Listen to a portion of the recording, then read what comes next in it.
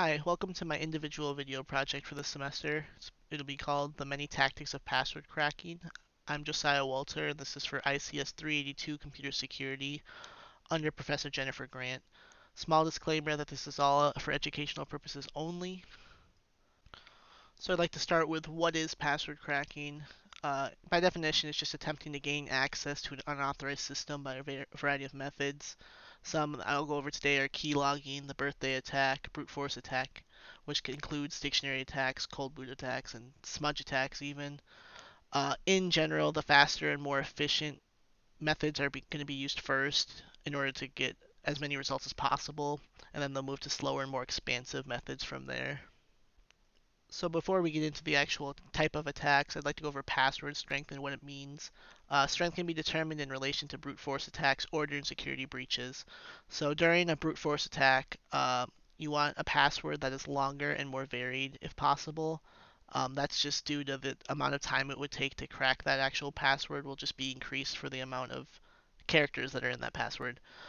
Common mistake is thinking that random characters alone makes the password more secure, when in reality, computers move so fast that it's really just going through the amount of characters in there that will increase the time that it takes to crack that password. You want to avoid using actual words and consecutive characters because those are usually used first, as we'll go over in dictionary attacks. And then avoid using personal information, which can be used through phishing and such tactics. A lot of new policies for passwords is to keep it longer than 16 characters and vary between the different types of characters, such as letters, numbers, and special characters, and that's due to just trying to increase the amount of time needed. So I'd like to start with a little visual thing here. I just went to a website that lets you type in passwords to see how secure they are. And as you can see, the top left one, we're going to go from left to right. We have computer security just straight across as the password, which is about 16 characters. And since it involves the consecutive and then the dictionary found words, it only will take about 1 second to crack that code. And then when you start adding in the special characters and numbers and capital letters, that increases it up to 6 minutes, but that's still really nothing for a high-end computer, and it'll be cracked very quickly.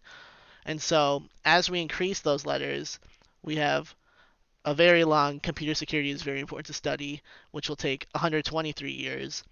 And then you have, once you add the special characters and numbers into that, you'll get 64 million years. So as you can see, the longer the password is, really affects it more than adding those special characters and just in respect to the brute force methods. Um, that's why it's very important to have long passwords, and that's where password managers will come in handy, which we'll talk about later, so that you don't have to actually memorize those very long passwords. Another visual thing here I have is a comic from XKCD, and it just kind of reiterates what I had in the last slide, that short passwords like the one on the top that have a lot of different characters are very easy to guess for computers because they will go through those different characters very quickly. But they add on that it's also very hard to remember those because it's just random symbols that the human mind can't really comprehend. But when you add like a very long passwords, like the one at the bottom that has four completely random words, it's not terribly hard to remember, and it's more difficult to guess for the large computers. And so that's actually better. And so it's just commentary on how computers have kind of tricked us into thinking differently in order to secure our passwords. One more thing I'd like to go over first before getting into the actual tactics and methods of hacking passwords and cracking passwords is what keylogging and hashing is, as well as what encryption is. So hashing is using an algorithm in order to scramble a plain text password into an unrecognizable string. So any system that will store passwords will do this, and they'll change it into a hash in order to uh, make it unrecognizable to the human eye, and so somebody can't just look at the data of the password and see what it is straight up. Um, the difference between a hash and an encryption is a hash is a one-way process, and so once you change that password into a hash, it's going to stay that way. You can't just look at it again and click a button to change it back. Um, and then keylogging aims to gain access to these hashes and download them. And so when you find a malware or a virus that grabs the information from a server, it's not grabbing the actual passwords as much as it's grabbing the hashes. And so then once they have that information, the hackers, they will work with the different tactics of cracking in order to break those hashes and see what the actual password is. Another phrase that sometimes you'll hear with hashing is salting a password. And that's just adding a unique string of symbols and characters and numbers to the hash password. And what that is it just the system will add that on to the end or the beginning of the password, and that'll just further obfuscate the actual password and make it harder for hackers to recognize what it is. But once the salted addition to the password is found out, then it becomes easier, and it's just a normal hash at that point. On the other hand, you have encryption, which is using a key in order to hide the password, but as opposed to hashing, it actually has the ability to be changed back and viewed as the normal password as long as you have the authorization to do that and the decryption key. And so that's the difference between those two.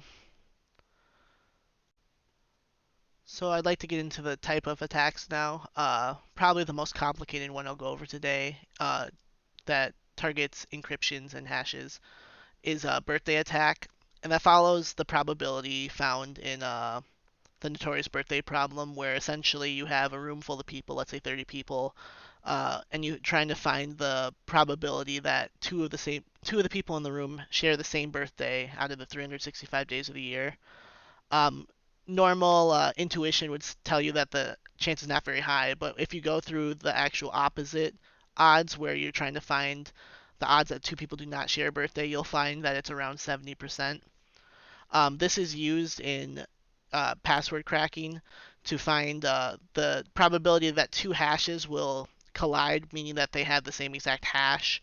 And once you find two hashes that have the same exact hash, then you can find the different ways in which they're created and try and figure out the method in which the system that created those hashes is using. And through that, you can sometimes crack that and figure out the catch-all rule to figure out how to reverse those hashes.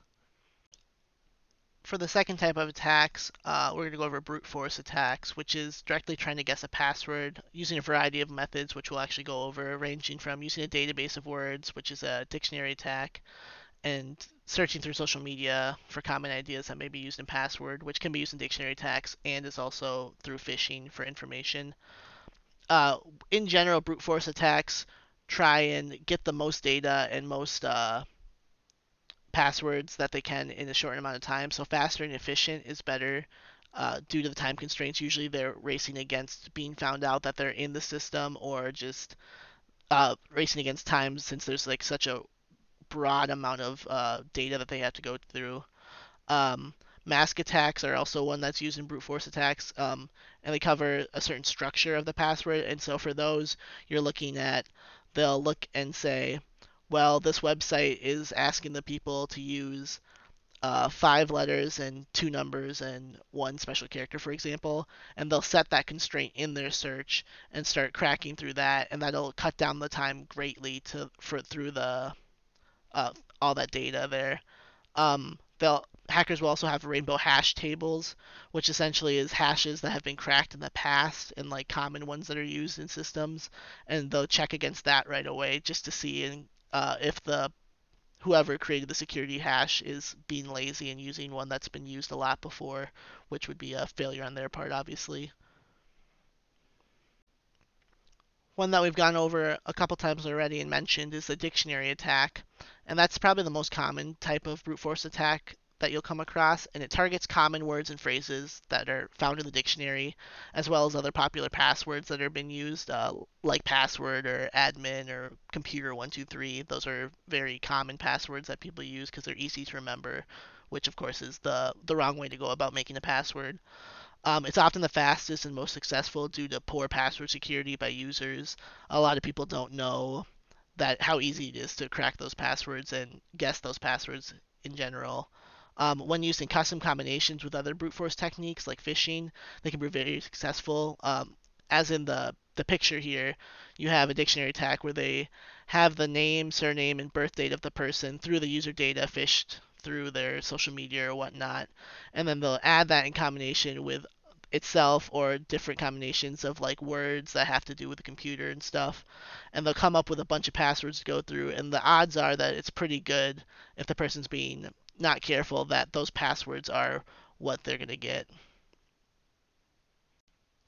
Next on our list is cold boot attacks, and this is more of a hands-on approach. It's also called a side channel attack, which means that it's not through the normal downloading data. It's through like having actual physical access to the system, and it aims to attack cached RAM that is always going on in your computer, volatile memory, by cold booting your computer, which means that they will actually cut off power to the computer, not just a reset or a sleep or whatnot, and that actually dumps all the data that's in the RAM, and it actually takes a little bit for that data to get uh, deleted or removed.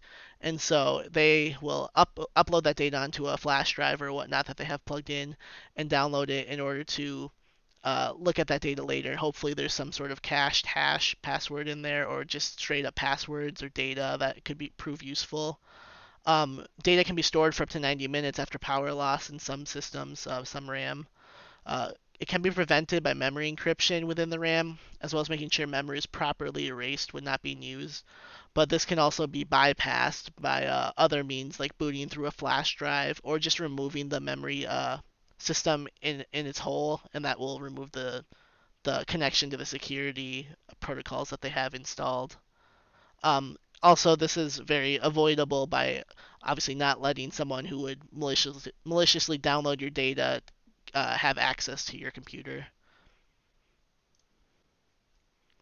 For a more simpler one, to end out the different attacks, you have smudge attacks, which is a new one, obviously, because it involves touchscreens.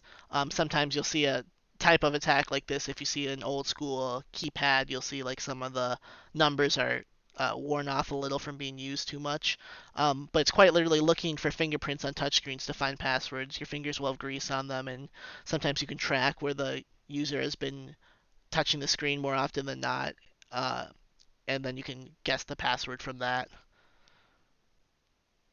One way to avoid this, obviously, is just to make sure your screen is wiped off or your fingers are clean when using it. And don't let somebody gain access to your phone, your physical phone that you wouldn't trust to try and uh, or not to try and break into your phone. Okay, so to wrap things up, we'll go over really quick how to defend against attacks again.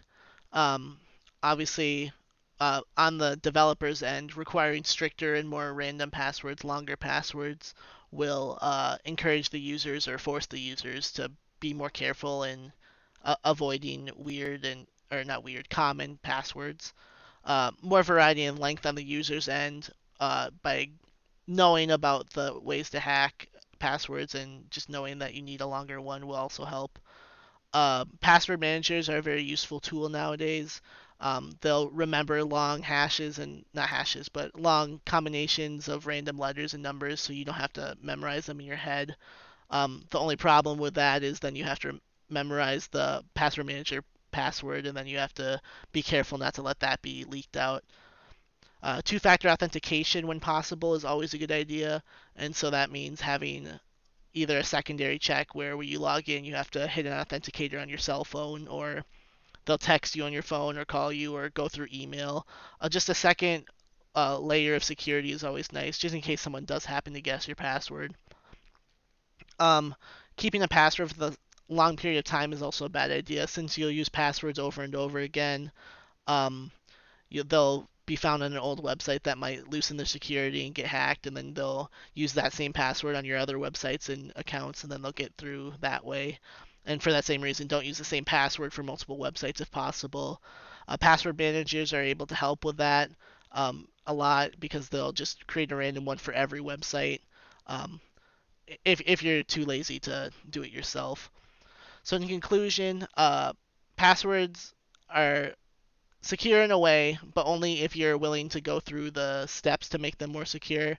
Hackers will always be trying to get at your information, and you can only do so much as a user.